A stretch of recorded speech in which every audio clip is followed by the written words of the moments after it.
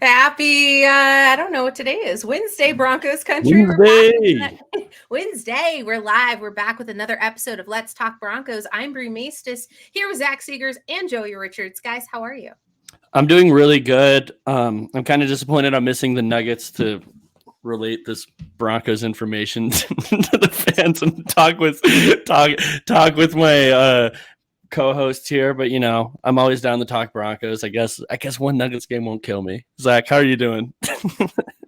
Man, I'm doing great. I'm lazy about my illegal streaming, so I'm used to watching the Nuggets because I live in the local market. So why would I have access to their games? What? Can I ask a question, Zach, real quick? Yeah. What illegal streaming service do you use? Do you have one of choice? As a credentialed member of the media, Joey, I would never use any illegal streaming service. Me personally, I'm a big advocate of meth streams. Amazing service. It never goes offline. There's no cutoffs. I advocate to all of our viewers about that. Well, now it is. You just ratted him out on a live show. Bro, everybody knows about it. Anybody knows about meth streams. I don't know what you're talking about. I've never heard of that before, but now I know. Now all of the LTB listeners know. That's where you can watch the joined notes. us. Good evening, everyone. So what are your predictions for Sunday? It's not very often I get to see them. That kind of goes off of our schedule, but I am. Hey, it's a question. Yeah. So this is a question for us. Do you guys have predictions for Sunday's game? Zach Seegers, take it away. I mean, we normally don't do score predictions. We do our bold predictions. I guess in our game preview, we do a score prediction. What am I talking about? But hey, I'll give you a Wednesday score prediction. I'll be a little hot takey to open the show.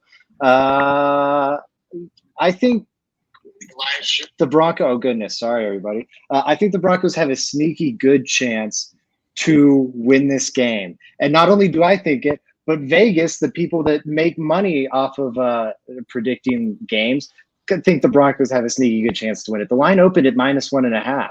Home field advantage 2 to 3 points. They're saying they think the Broncos are the better team. I don't necessarily agree with that assessment, but Vegas is begging people to bet the Titans in this game. And so I think that's notable. I'll say Titans.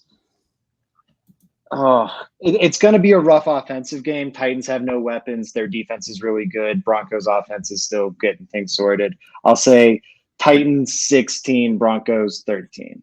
And then things look better in subsequent weeks. I don't think it'll be as ugly a 13-point game as others have been. Okay, do we have a Tannehill update? No. That should be really easy to come by. Give me 1 second, because that would be game changing. If it's Tannehill, that line leads me to believe that they think Malik Willis is playing. No, that's what I would think. Malik Willis would change the line drastically. I think the expectation is that Tannehill will play is the thing, because he was expected to play 2 weeks ago then was held out with illness. And then he was expected to play this last week and then came out on the field during warmups and was like, nope, my ankle doesn't feel right, and went back out. And then now you've got this week coming up. So you're right. Maybe that is – I think that's a really good point. Maybe Vegas is believing that Tannehill doesn't play. He was limited in today's practice. So we'll see how that turns. Okay, interesting. Yeah, I watched – if anyone watched that Chiefs-Titans game, one thing that absolutely stood out about that Tennessee defense is that interior defensive line with Jeffrey Simmons headlining that is absurd. And where is the Broncos' weakness? It is that interior offensive line. It's been from week 1 to the season to now. It's been an issue. I would not pick the Broncos to win this one. Now, if Malik Willis plays, it's a different story. The main course of action, another thing the Broncos haven't done very well, is stopping the run. Obviously, if Malik Willis plays with Derrick Henry in that backfield, you really, really have to worry about that.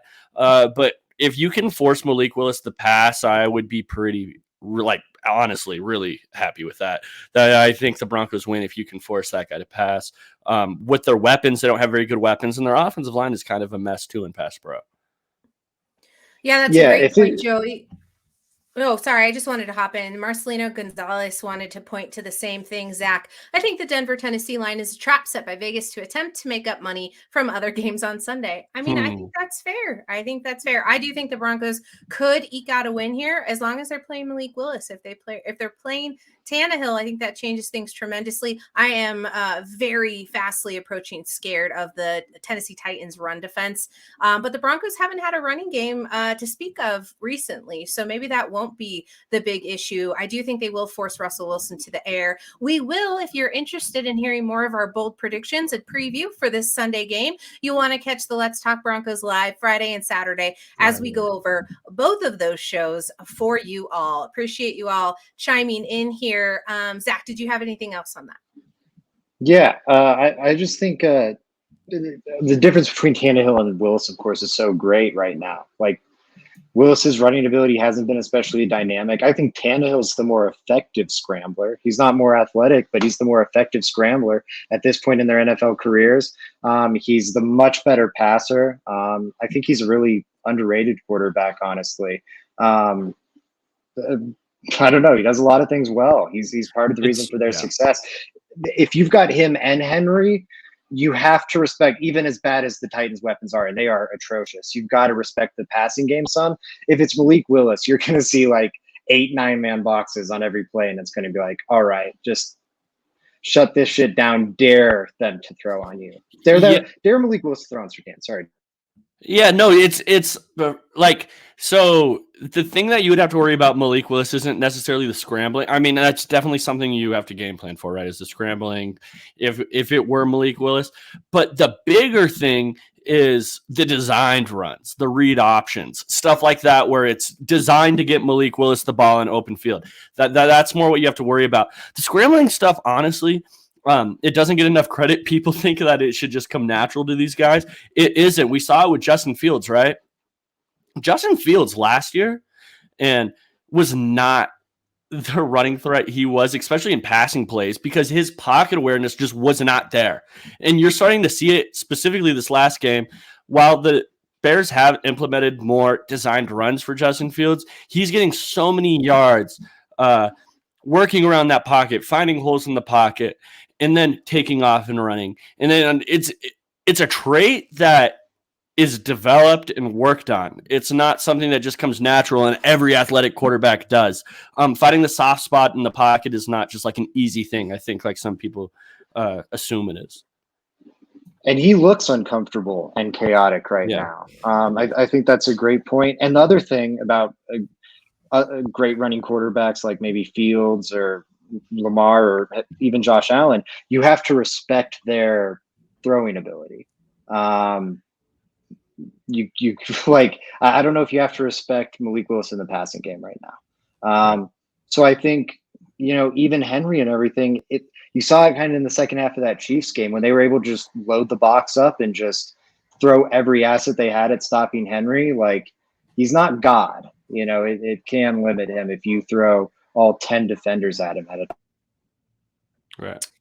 Very fair. Let's hop into a very special mailbag edition. We got started pretty hot. We had questions coming in. If you'd like any of your questions or comments highlighted or answered on the show tonight, all you got to do is hop on over to the Facebook or the YouTube stream. It's right here scrolling below. You search for Mile High Sports and you can get in the chat, get your questions up here as we're doing a mailbag edition. Joey, did you have something? Yeah, I just realized that I didn't post the mailbag to Facebook, which obviously so many of our viewers come from. Hey guys, if anyone's from Facebook in this chat, next time we do a mailbag, I'll make sure to post it on the Let's Talk Broncos Facebook, and you guys can ask any questions you want. So, and then we'll answer it live on the podcast. We will. We have some silly ones in here. We have some really interesting ones in here. So guys, make sure you guys are going to the Let's Talk Broncos Facebook and following us there. While we're live streamed through Mile High Sports, we do have a personal Facebook too, where we post different things and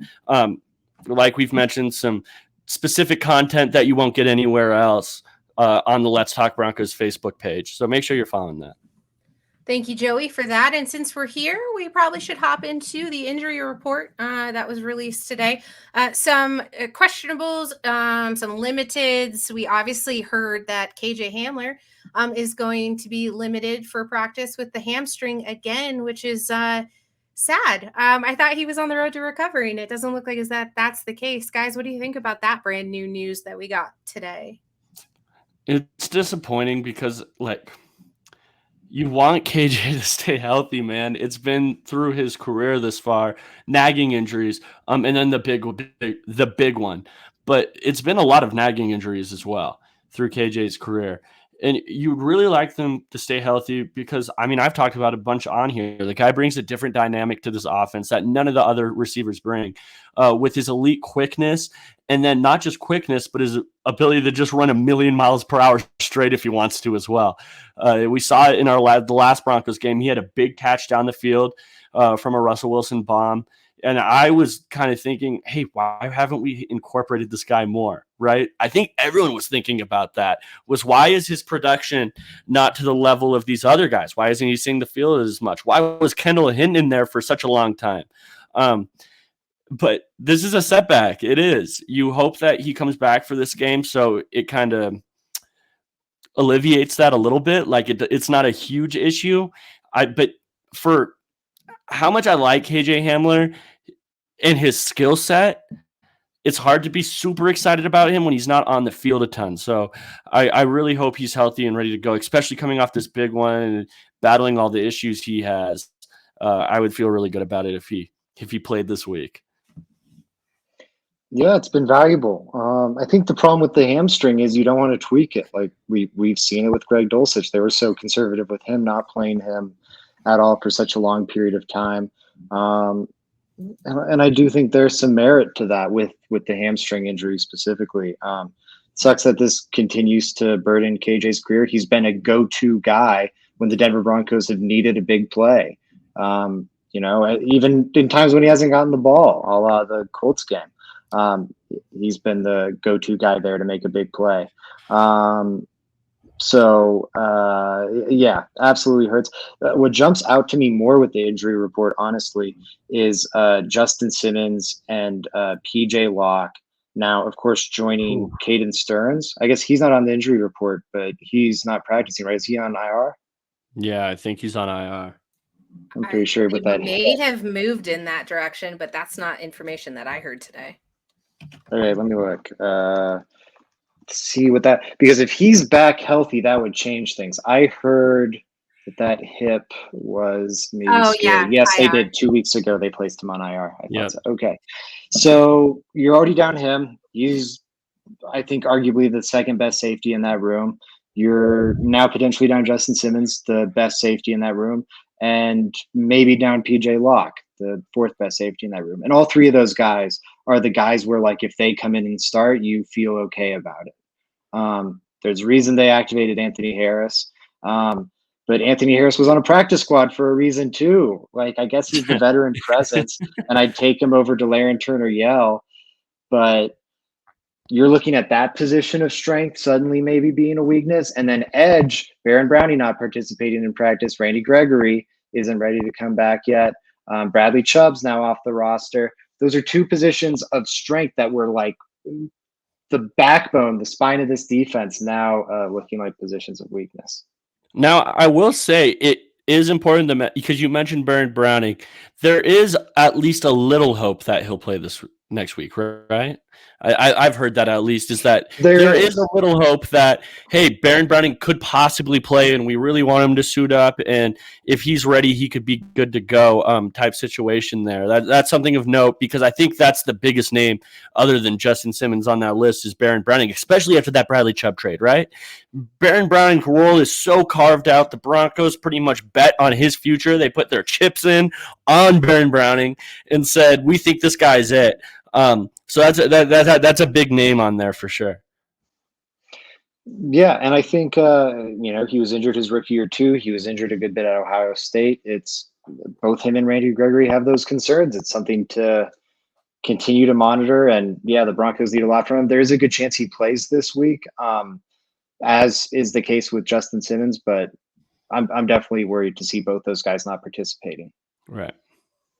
Can we talk real quickly about some comments that were made today that I think kind of lit a bit of a fire within Broncos country as we're speaking about the defense here? Dre'Mont Jones had a quote here during the presser. I think Andrew Mason had a great audio for that. But Joey, what did you find interesting about what Dre'Mont Jones said today during his presser? It kind of made people start talking about contract negotiations here midway through the season. Yeah, while I'm talking, if one of you guys can pull up like the transcript or at least get the words of exactly what he said. I found it interesting. He pretty much said, "I'm here right now." When someone asked him, so it's pretty much, I'll paraphrase. Someone asked him, "Hey, what do you want to stay in Denver?" And he said, "Well, I'm here right now." He didn't give a clear answer. He didn't say, "Yeah, I want to be here." It wasn't as enthusiastic as you'd hope.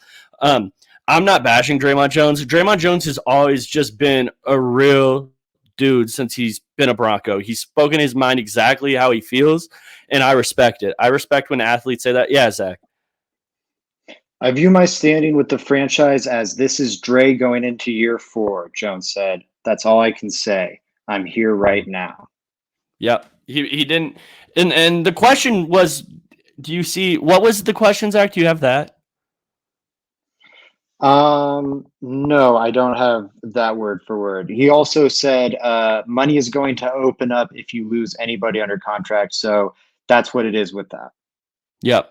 So it pretty much was, you can tell there's a little saltiness from losing Bradley Chubb, right? Which is something Zach and Bree were very outspoken about on this podcast and why they were hesitant to trade Bradley Chubb. I was a little more here for it. But Zach and Bree's points stand tall right now. It's pissing players off. And like I said earlier, Dre'Mont Jones was always been a real dude. He's always spoken his mind. He's not a very, I don't know, go lucky interviewer. He has never been since I've started listening to him, but he's always been real. He's spoken his mind exactly how he feels, and that's how he feels right now. Now, that could change through the end of the year. The Broncos have money now that they don't have to pay a Bradley Chubb. They can go out and give a Dre'Mont Jones market value, I think. And George Payton has shown the ability or the want to go out and sign his own players. But if Dre'Mont Jones doesn't want to, he's not going to, right? So that's kind of the issue at hand right now. I think the Broncos absolutely need to get Dre'Mont Jones on this team for the future. It's imperative to the Broncos' future. It's so difficult to find interior defensive linemen that can get after the rusher, and that's exactly what Dre'Mont Jones does. It's important they get him. I think it was a big reason why they traded Bradley Chubb is because they wanted to go get Dre'Mont Jones on an extension. So I don't know. Where do you guys stand on this? I think that you're probably looking at, north of 20 million, 22 million for what it's going to take. It could take 20 million. It could. I think that's like the very high end. And also he's a Denver Bronco next year. I guarantee it. You guarantee? I guarantee it right now. Take this audio, bring it back, throw it in my face. He's a Denver Bronco next year. I could see 20. I don't think 22, because then you're talking about like inching up towards Aaron Donald, who is such a big outlier. I think you could pacify him with guarantees, and that's something new ownership can do. They can go so much higher with their guarantees. But again, I think Joey said it perfectly. They traded Bradley Chubb in part to keep Dre'Mont Jones. You're not walking away from the table with both. And this happens a lot in the NFL. Deebo Samuel was saying, like, I'm out in San Francisco. I'm out of here, saying way harsher things. Wow, his like in a, I don't know, more dire situation. And they gave him his money and everything's fine. AJ Brown didn't get his money. He got traded. If the Broncos are willing to pay Dre'Mont Jones, I think they will be. It'll get sorted. It's just really uncomfortable right now. But yeah, I'll look at the line contracts. And I think that's reasonable. I think that's why you probably don't lean towards having contract negotiations in the middle of a year. That's a little bit full of volatility. However, I do want to kind of clarify, when I was a little worried about Chubb getting traded, I think obviously those close to him are super happy that he's getting paid somewhere else and on a team that has a chance to win. So I don't know if it's hard feelings as much. So I just want to clarify that. I don't think that I just think that it starts stirring up some stuff because we don't talk about the human element enough that I think comes into play here. Glenn Hauser from MHRT says the Chubb deal was great for Denver. Do you think Dre answered that way just not to lose any potential leverage, acting so enthusiastic? He's a must sign. I'll be honest, guys. Like I said it earlier, I think that, and shout out to Glenn, by the way. Shout out to everybody associated with Glenn. Glenn's an awesome dude. Big shout out to him. MHRT is awesome. Anyways, I think Dre's just speaking his mind, truthfully. Fresh off this Bradley Chubb deal, because I go back and listen to his prior interviews. He's never been some fake guy that's going to give you the media answers. He's either just going to be really short or he's going to tell you how it is. That's how he is in the media. I like it. I would rather players just tell you how it is, truthfully. It gives me more interesting things to talk about. But I think he's just pissed off about the Chubb deal, truthfully. Now, whether that like goes away with time, I think it probably will, especially when he's offered a fat contract from the Broncos. But at the moment, I think that Bradley Chubb's just not a very happy with the Bradley Chubb thing. Bradley Chubb was a leader in this locker room. He was a guy that, I mean, you saw with the Nick Bonito, right? Nick Bonito posted an awesome Instagram story right before Bradley Chubb got traded of him signing a bottle saying congratulations on your first sack and gave it to him. He was a leader. He was a guy that everybody loved through the Broncos room. I have had people tell me that who are close to the locker room. I think that a lot of people are probably not so happy about it. Happy for him, but not so happy about losing him, I guess is how I would say it. 100%. And I think they're going to keep it together somewhat. You know, Justin Simmons' comments the other day were an exact contrast to this. And so I think, you know, it's going to be a mixed bag, but it's definitely going to be an issue. I don't think it's going to cause them to lose Dre'Mont Jones, though. If they pay him, it'll all get sorted out. I do want to correct, though. I thought the highest paid defensive lineman was right at 20. They're at 21. So 22 would be a market-setting deal. I do think that's possible. That's probably the absolute ceiling of the deal. Because if you're paying him more than DeForest Buckner, and as good as he is this season, he's not making an all-pro team, I don't think. He'd have to turn it on from where he's been. And he's been remarkable the first half. But he'd have to turn it up another notch in the second half, I think, to make an all-pro team. Because even if the numbers are there, it's going to be harder for a guy on a losing team to do it. And I don't know, he's having a great season. But a one-time all-pro giving him that like market-setting deal. Would you guys give Dre'Mont Jones $22 million a season? That's more than Chris Jones, Buckner. If this Broncos team is able to get some semblance of momentum going into the second half, he already had AFC West Defensive Player of the week after that win in London. So I don't see why it's not a possibility that if he gets a little bit more momentum under his belt and this team starts getting kind of jivey, that it could happen. I mean, I'm not going to put money on it, but it would be exciting to see, considering this defense is just so well known. The national media continues to talk about how good this Denver defense is as they dunk on our quarterback, which, you know, I would just like to take a minute here to goofy photo. Meditate. Man. Oh, pain, man. Oh. It was okay when he was a good quarterback. It was okay when he was a good quarterback, but now it's just like. Man. Can I hit on the Dre'Mont Jones thing real quick? To Zach's point, Zach asked us pretty much, do you think he could be a market-setting interior defensive lineman? It's all so. There's steps of this though that I think we forget sometimes. The Broncos could offer lower than that, and I think that's probably where he'll land. But it wouldn't shock me to see Dre'Mont Jones, who's been vocal about, like, hey, I'm going to get my money, like, regardless. That's something I'm going to do. Like, this little taking a team discount thing, I don't know about, pretty much is what I've gotten from a lot of his stuff. So, like, demanding for that straight off the bat is different than, you know what I mean? It's different than the Broncos. Like, he could be demanding that, then realize he's not getting that later. And I don't know what happens after that. But, like, it could be a long, stretched process. You know what I mean? Where it could get toxic between the Broncos and Dre'Mont Jones. It's a little scary, at least. I hope that the Broncos just sign him to a really good deal. I'd give him 19-20 straight off the bat. Like, here, Dre'Mont, take this. But, I've seen situations like this where players, I won't say overvalue themselves because I love Dre'Mont Jones, but offer, ask more in their contract than what they're actually going to get. I want to preface I think that happens all the time. What was that, Brie? It's supply and demand. You're worth as much as what a team's willing to pay for you, whether or not you're valued it. That's the whole thing about what supply and demand is. Right. Yeah, but a little bit also, teams still have so much control in this process. Like, the thing is, if the Broncos want him around next year, and they're not going to want the egg on their face, they're going to franchise tag him, which is an average of the top 5. Now, Aaron Donald's outlier contract at 31.66 really makes that. Oh no, but it's not the average per year. It's like what they're making in that specific year. So I honestly don't know what the franchise tag will be there this year, but probably around 20. But they can keep him. If he just wants his money, he might use that leverage to be like, hey, screw it, I'm just going to take the franchise tag and take about 20 million fully guaranteed for this one season.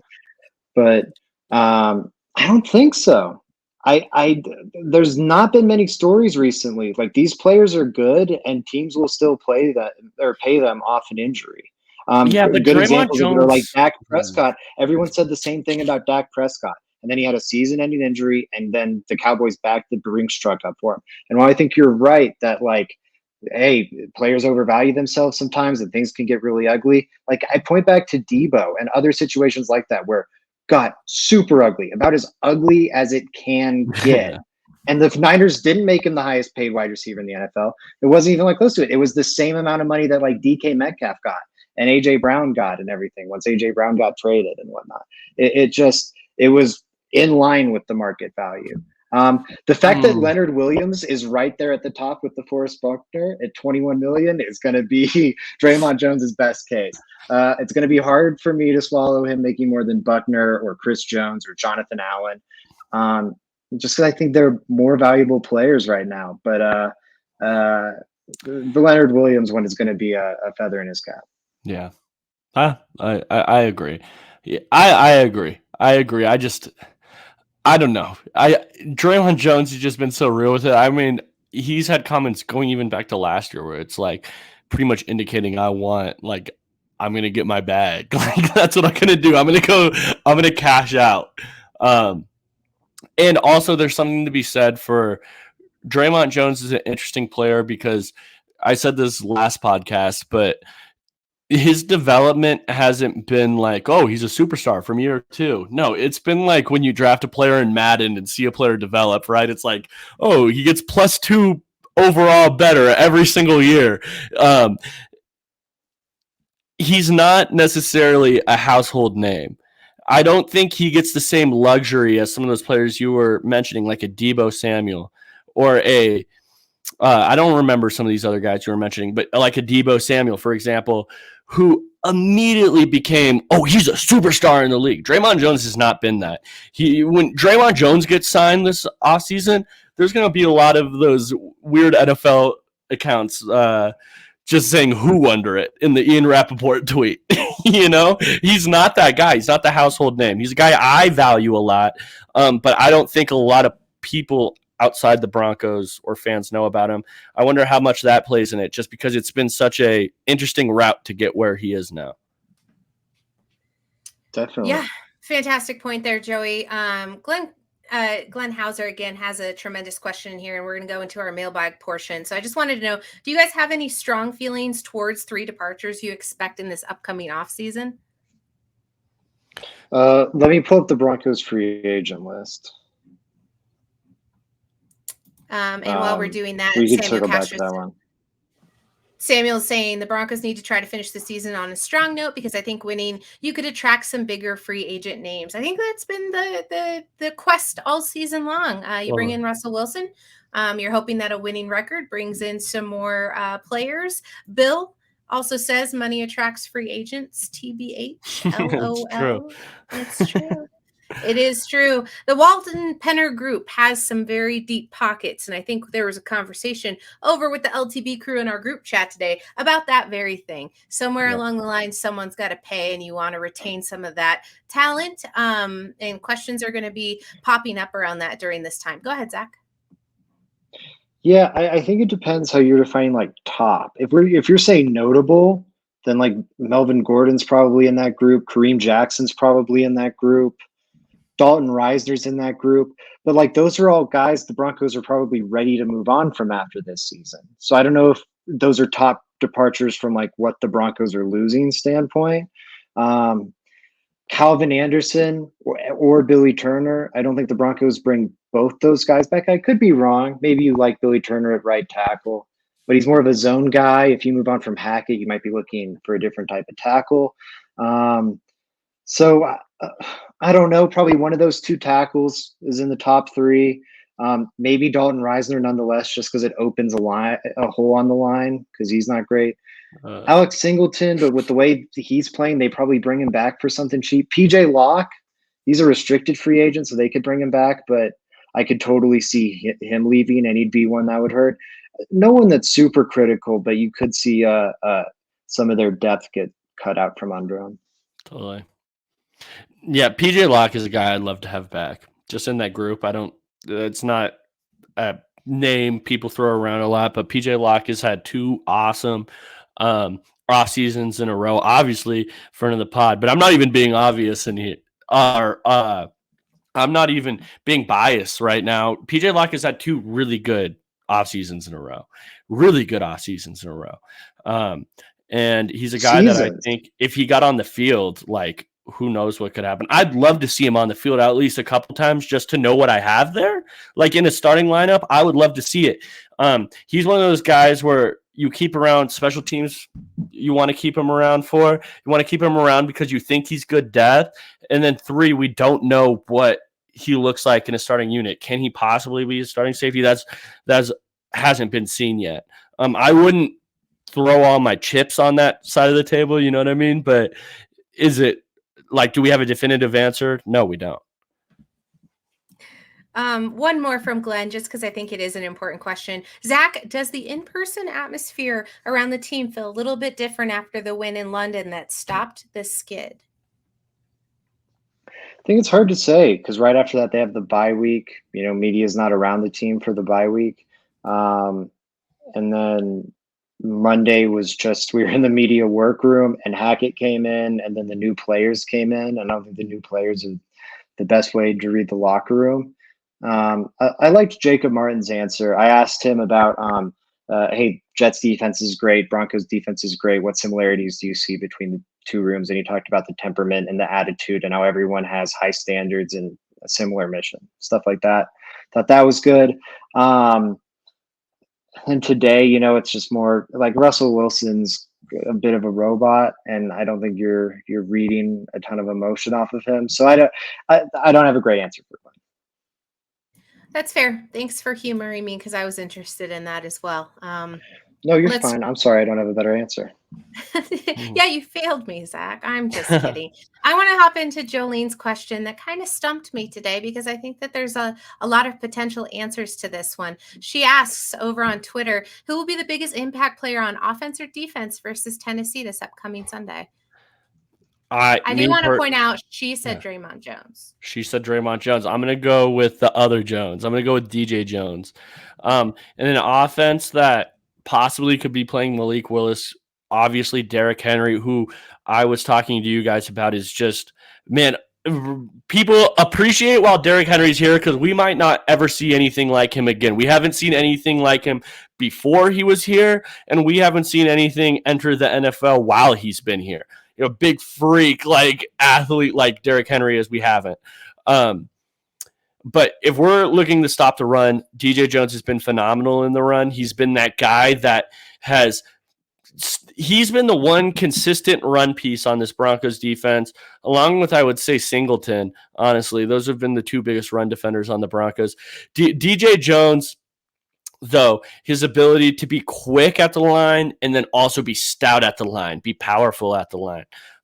He gets under your pads really easily because he's not like a super tall guy. So he gets under there. He's able to shed really well. I think that if the Broncos defense performs well this next week, a lot of it will have to do with DJ Jones. Yeah, I that was going to be my pick. I think that's a awesome one. He's going to have to come through huge for them, and I have faith in him. We talked about it earlier. He's number one in the NFL in run stop win rate, so it's going to be a good battle. I'm going to go with, I think Kareem Jackson. I agree. It's going to come down to can they stop Derrick Henry? It's a brutal matchup for this offense. I expect the offense to look better after the bye, honestly, but not against this Titans defense. It's a good unit playing some of their best football right now.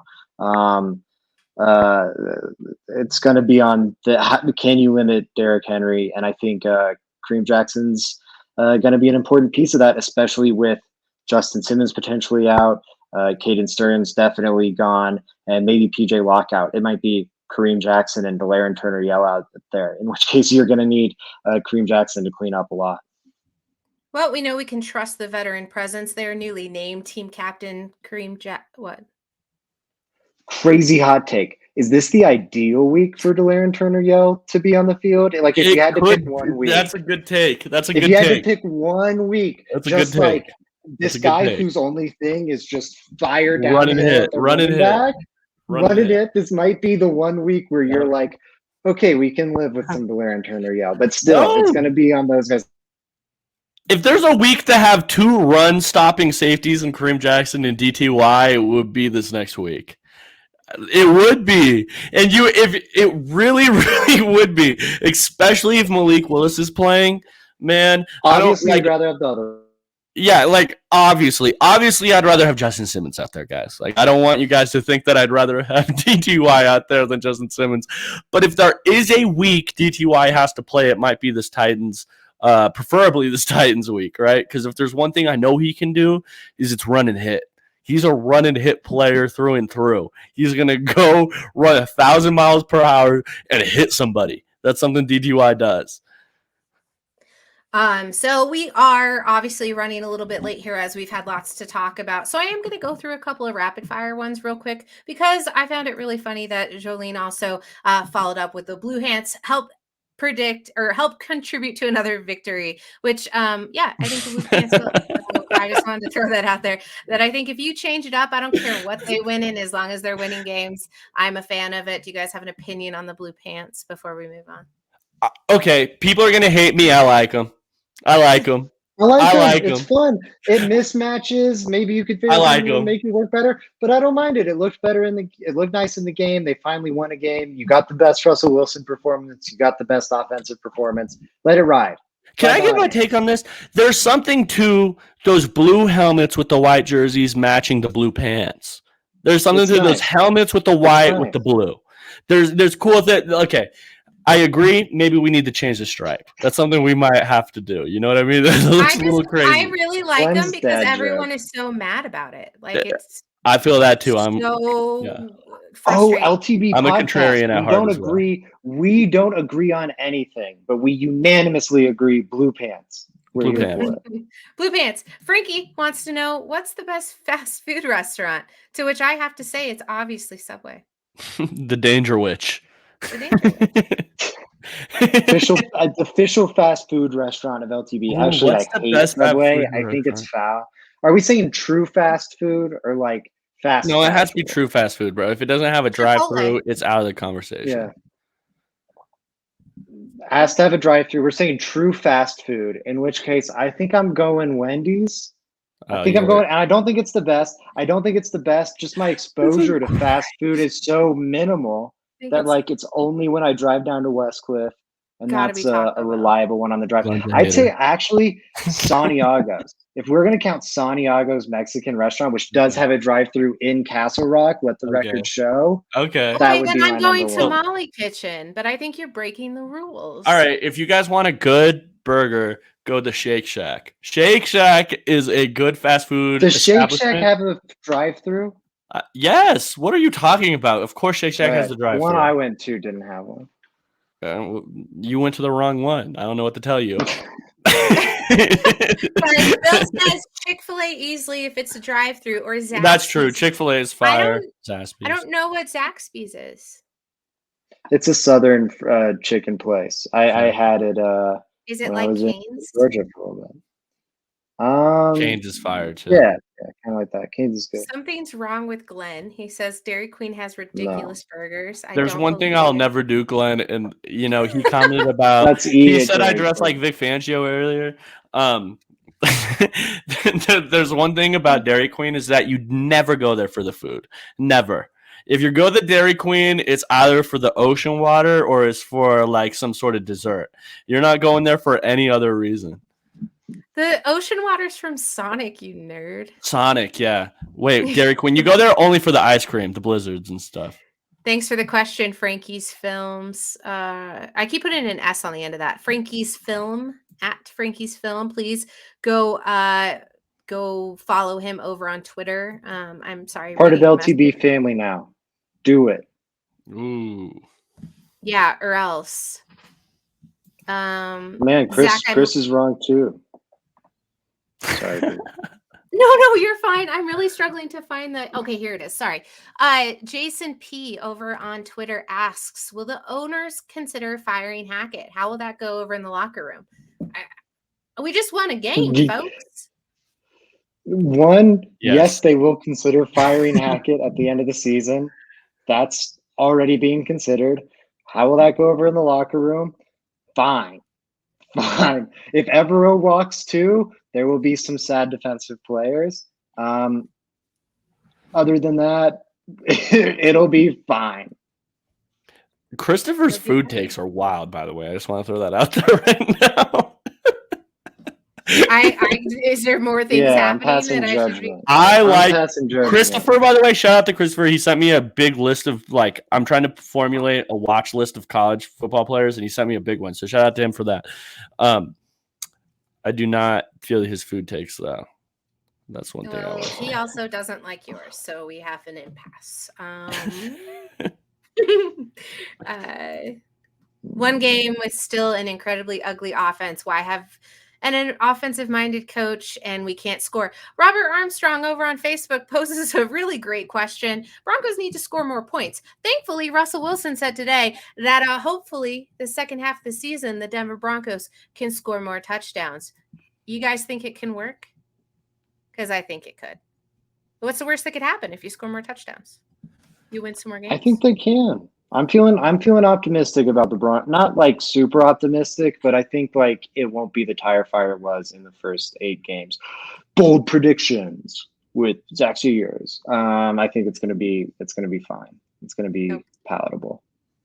Yeah, I think it'll get a little bit better. At least I'm hoping. Because if it doesn't, more Broncos therapy sessions, which isn't a bad thing. I think we all enjoy that. You guys think we'll see any more of Wattenberg at center this year? If Glasgow gets hurt, possibly. I think the Broncos are ready to put Cushenberry around bubble wrap and send him on his way. If I'm being honest with everybody here, I think that's how it's looking for Cushenberry at this point. I think that if Glasgow got hurt, Wattenberg would be that guy. I know Cushenberry's on IR now, but even after that 4 weeks, I think that it would be Wattenberg. That's just the way I'm leaning right now. Wattenberg actually showed a little bit in camp, or not in camp, but in preseason. He really did. Like, he didn't blow up your offensive line. Really impressive. He didn't look terrible. He did his job. Obviously, his relative athletic score, which accumulates all of his combine stats to come out to one score, was amazing. His biggest worry was, can he hold up against really powerful people?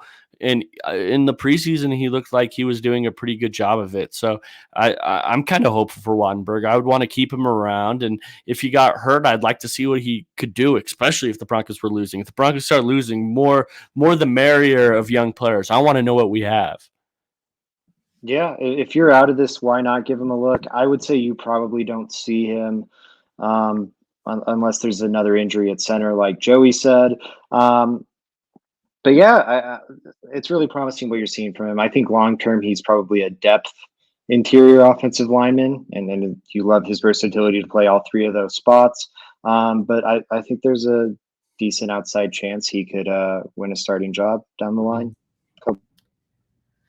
Ty Walden over on Twitter, Ty Fly Guy 15 asks, which wide receiver do you expect to have the biggest impact on the second half of the season? I will match you there, and I say it doesn't necessarily have to be a wide receiver. I think it could be a tight end. But guys, that wasn't the question. He didn't say pass catcher. He was very specific with his verbiage. I'll take Jerry Jeudy for an answer. I'll take Greg Dulcich for an answer. I will. No, I think it's fine. I'm trying to twist Bree's arm here, Joey, for 1 second. I know we like being nice to Bree. We got to be nice to Bree, 100%. But I think we can also twist Bree on this podcast. What are you talking about? We can also twist Bree's arm just a hair to maybe get her to say which wide receiver do you expect to have the biggest impact in the second half? Jerry Jeudy is my answer. Jerry Jeudy.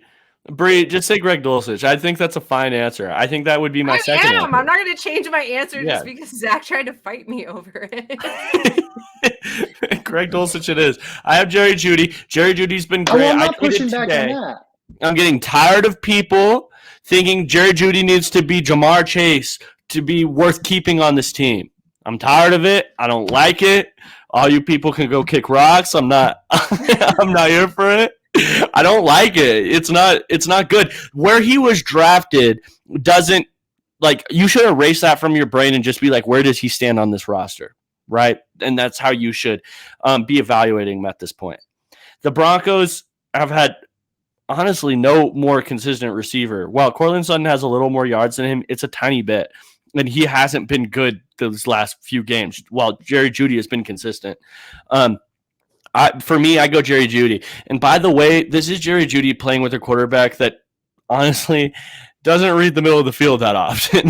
He's not hitting him in where Jerry Jeudy best succeeds, which is over the middle. That's what his role. He's a slot receiver that's going to get wide open over the middle.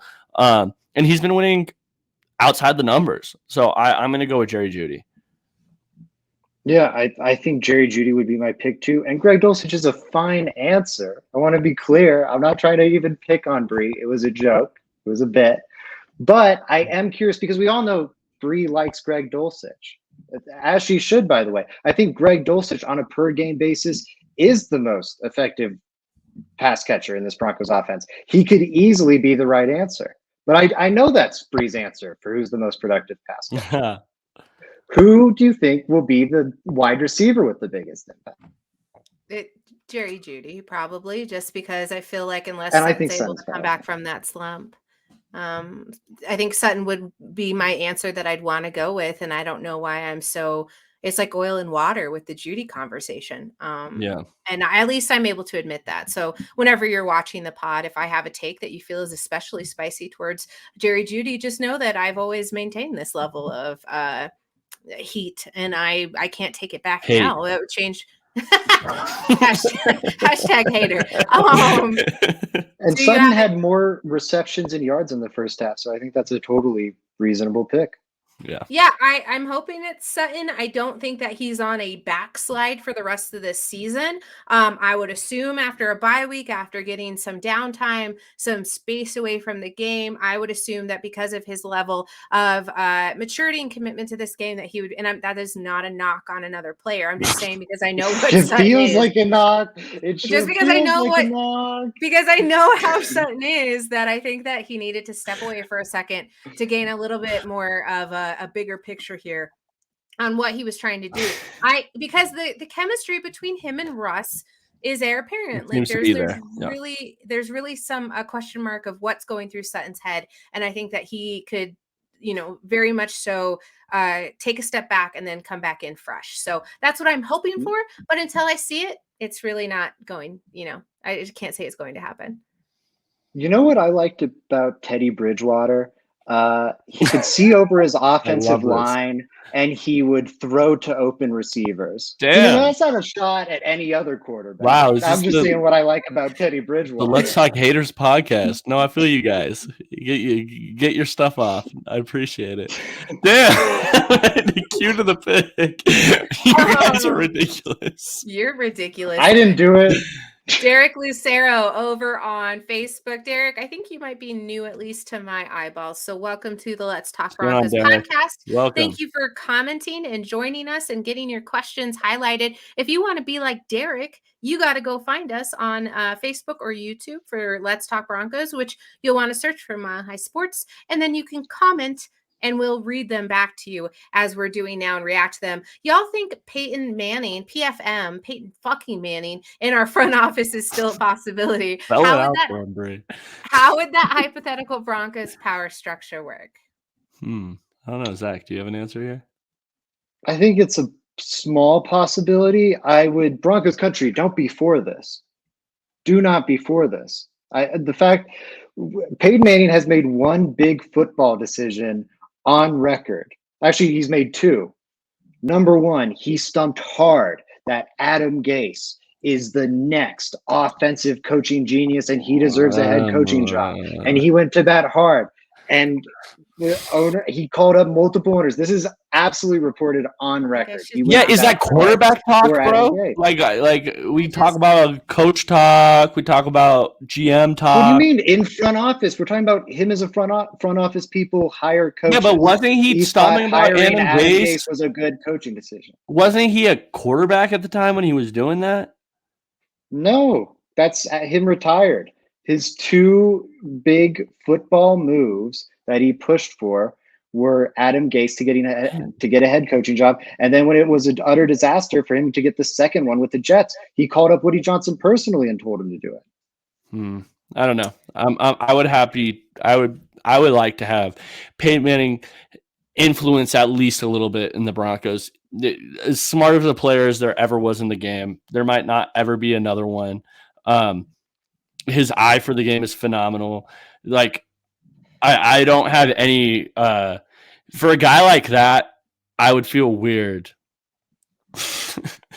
saying anything bad about him just because, like, I don't think that I don't know. I think that his eye for the game, and from what I saw him play, how smart he is, his film study, stuff like that, he has to have a great eye for the game. He has to. I would be absolutely shocked if he was just terrible and I was better than him.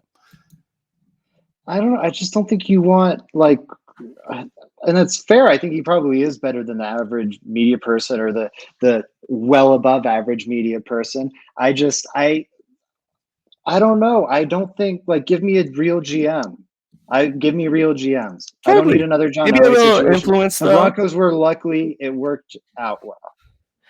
Just a little influence, a sprinkle of Peyton Manning. Yeah, can we get a sprinkle? But that's the thing that worries me because he's Peyton Manning, and I just think because he's a valuable figure in the community, they can. I'm removing you for defamation of character. I don't appreciate it. Like, he has to go into timeout while he talks badly about Peyton Manning, and then he can come back and think about the things that he's done. Oh, no. No, you make a really good point there. It would, because if it didn't go well, could you imagine? You saw it with John Elway. He wasn't fired. He retired. It's hard to make. I'm not going to get into this with you. I'm not going to. That's fine. Peyton Manning's made one big football decision on record. I can't talk bad about Peyton Manning. I'll get struck by lightning. Kevin, Sleepy Kev 5 over on Twitter asks, what are the chances the Broncos go on a 3-game win streak at some point during the second half of the season? Ooh. I'm skeptical. I don't think that that's a thing. I will say I'm really interested to see what the Broncos look like off a bye. Right. This is the Nathaniel Hackett make or break off a bye. It really is. Like, these next games we see, it is what it is. Like, you've had time now. You're off a bye where you didn't have a game. You're not, like, game prepping this last week. You are getting your players in place for the next stretch of football games. I mean, is it possible? Possibly, maybe. The Broncos obviously have to get healthy. I think the biggest issue, because even if Russ looks good, we're still down to Garrett Bowles. We're still down to Javonte Williams. We are down a lot of good football players. And these guys keep going down for a few weeks and then coming back. We've rarely had a fairly healthy roster. It's every single week there's something going on. I am skeptical about it. I wouldn't bet on it, but it'll be interesting to see, at least, Kevin. Yeah, I think there's a good chance, right? You've got a 1 game win streak right now. I think the Titans is a winnable game. It's a tough game. The Titans are favored, but again, Vegas is kind of playing funny with that line as we talked about earlier. And then you get the Raiders and the Panthers. Like there's a good window right there for a 4 game win streak. If you don't take advantage of it here, which the Titans being the second game in that stretch of 4, if you don't beat the Titans, you can't have that 3 game win streak anywhere. In my opinion, the rest of the schedule is just too hard. I don't know. I think there's like a 20-30% chance. Um, which might sound low, but you think there's like a 60% chance maybe of winning each of those 3 games if you're very optimistic, and probably, I don't know, comes I out want to somewhere around like retract 20-30%. my previous skepticism only because as I look at Raiders, Panthers, Ravens in that sequence, and that if the Broncos don't make a really good run at trying to beat those 3 teams and become successful from that, that would be really frustrating to me. But it absolutely is not happening anywhere else. So you're right, Zach. I think that they have 2 more games to somehow figure that out. A lot of the games we thought were winnable. We also thought that somehow the Broncos would beat the Chiefs at some point this year with 2 very closely scheduled games. I don't know. I don't see that happening. But the Kansas City Chiefs almost lost to the Titans. So it depends on how the Broncos do this Sunday before I start making any bets there for a 3-game win streak. Totally. Thank you, Kevin, for your question. I think that just about does it for us. Guys, I don't have a Joey's question of the day. I just realized. Wow. Damn. Wait, can you guys go for You're like muted, 4 Zach. seconds? I'll figure it out. Mm-hmm. We do have a Mile High Texan question we could answer quick Of course. while we wait. Here, I'll just throw it up. What is the biggest offseason need other than the offensive line? I'm going, man, it's tough. I think corner right now until I see more from Damari Mathis. That room just always worries me. I need to see more there. I think you could build a really strong identity. I feel good about the edge room moving forward, but cornerback opposite of Patrick Surtain is something that's going to need help because K'Wan Williams is gone the year after that. So time to get some reinforcements. I have said since the beginning of this pod, this iteration of it, that you can never have too many cornerbacks. I've been pounding the table the entirety of the offseason. Glenn can vouch for me there, so I would have to agree. Joey? Yeah, I would probably go with, so it's other than O-line. I'm not mad at cornerback. I would probably go with, I think I wouldn't go linebacker, Samuel. I think linebacker can be found easier than these other positions. The Broncos have shown you that throughout the years. Cornerback's not a bad one, truthfully. Ronald Darby has been an injured player throughout his years. I think he's coming up on a contract fairly soon. I wouldn't mind to find the best corner available. Now, I do think that if the Broncos, with their early round picks, they probably should go offense. They needed to help Russell Wilson. They needed to help out their biggest asset out there. Wide receiver has been a position thrown around. Can I hit on this real quick? While I wouldn't draft a tight end because we don't have a quarterback that could throw over the middle, we have Greg Dulcich. There's plenty of reasons, but my stupid pick, if we had a quarterback over the middle, throw positional value away, throw needs away. I would love that. Big tight end from Georgia, Darnell Washington, man. I love him. He's an extra offensive lineman out there. He's a 6th tackle. He goes and blows people up all the time. I think he's underutilized in the passing game. He's a ridiculous athlete for how big he is. Go throw on that Oregon tape. He's hurdling defenders. He's doing crazy stuff. Throwback to Daniel Graham, kind of. But anyways, that's what. And I think I love that pick as just like a player the Broncos should look for. If we're saying what's the biggest need for the Broncos and throwing positional value out of the conversation, it might be running back outside of the offensive line because they have nothing there outside of Javonte Williams off a very, very, very concerning ACL injury where it was an ACL, a PLC, and a PCL, I think, MCL. It was ACL, PLC, and then another one that ended in CL. Like, that's so concerning. I don't think we've talked about that enough because it's so depressing to think about, but The like LCL. that doesn't bode well for Javonte Williams' play style. Yeah. Like he unfortunately might not be, like we talk about Courtland Sutton not being that same guy at the catch point still 2 years after.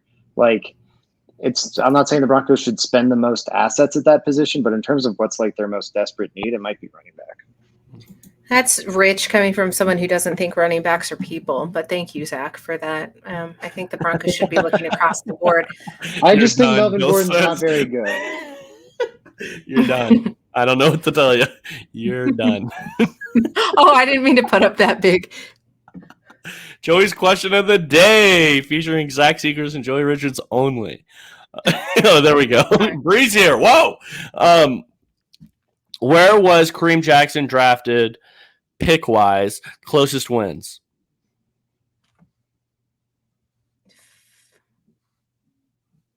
Where was he drafted pick-wise? Yeah, well, what pick was he drafted at? First round pick 25. I'm not even gonna play against Zach because I know he's probably right. Let's go closer to 30. Okay, it's 20. Zach No. wins. If you went the opposite direction, Bree, you would win. He was a first-round pick, 20th pick out of the draft out of Alabama. I love Kareem Jackson. Obviously, plays massive. He's only 5'10". He's like a $180 something, but he plays like he's 6'5", 230 pounds. He plays like a linebacker, so I love him. But yeah, he's a corner question coming of the out. day found on the spot. Bill won. Congratulations, Bill. We appreciate you. We appreciate all of you for hanging out with us. This has been over an hour episode as we go through mailbag questions. We're going to do this quite a bit, and we're going to try to keep this rolling because we love answering all of these questions. It gives us a spur of creativity, and we have a fun time doing so as we get ready. I already told you at the start of the show, hopefully you took notes because there's a quiz at the end. We will be back on Friday and Saturday for a bold predictions episode and a preview episode as we get ready for the Broncos versus Titans this upcoming Sunday. Gentlemen, where can everybody find your stuff? Yes, everyone. I'm writing an offensive tackles piece in the draft. I started last night. I'm excited to release that one. Christopher was nice enough to send me some offensive tackles. I've been looking at a lot. I'm going to write on like 5 guys that the Broncos could consider in the first round. I also highly recommend, hey guys, if you're watching on Facebook, YouTube, or whatever the situation is, wherever you're watching, go follow the Let's Talk Broncos page because this won't be through Mile High Sports. It's only the Let's Talk Broncos page. Me and Frankie Abbott, otherwise known as @Frankie's Film, will be doing a draft exclusive podcast with the Broncos POV for every single Thursday starting on the 17th. So not this week, but next week. Make sure you're checking that out. And again, only Let's Talk Broncos exclusive. Everyone go follow me at JR Drafts, and that's all I have. Yeah. Make sure you're checking that stuff out. Make sure you're checking out Joey's draft work as it starts up. It's going to be great coverage for all of you. My writing over at milehighsports.com and more insight over at Zach_Seegers. Let's go. Awesome. If you feel like you want to, you can follow me over on Twitter, Breemiscus303. And highly you can usually catch me talking Broncos. We are draft vouch. You catch me talking Broncos. Thank you. Can you retweet more of my stuff? I appreciate it. You can find me on Mile High Sports Radio Mondays 1 to 2 p.m. with the Fan Cave. Zach Seegers is nice enough to join me every single episode there. And then every single day here with the Let's Talk Broncos crew. We'll see you not tomorrow, but on Friday. You guys enjoy the rest of your evening, and we'll see you soon. Peace out, guys.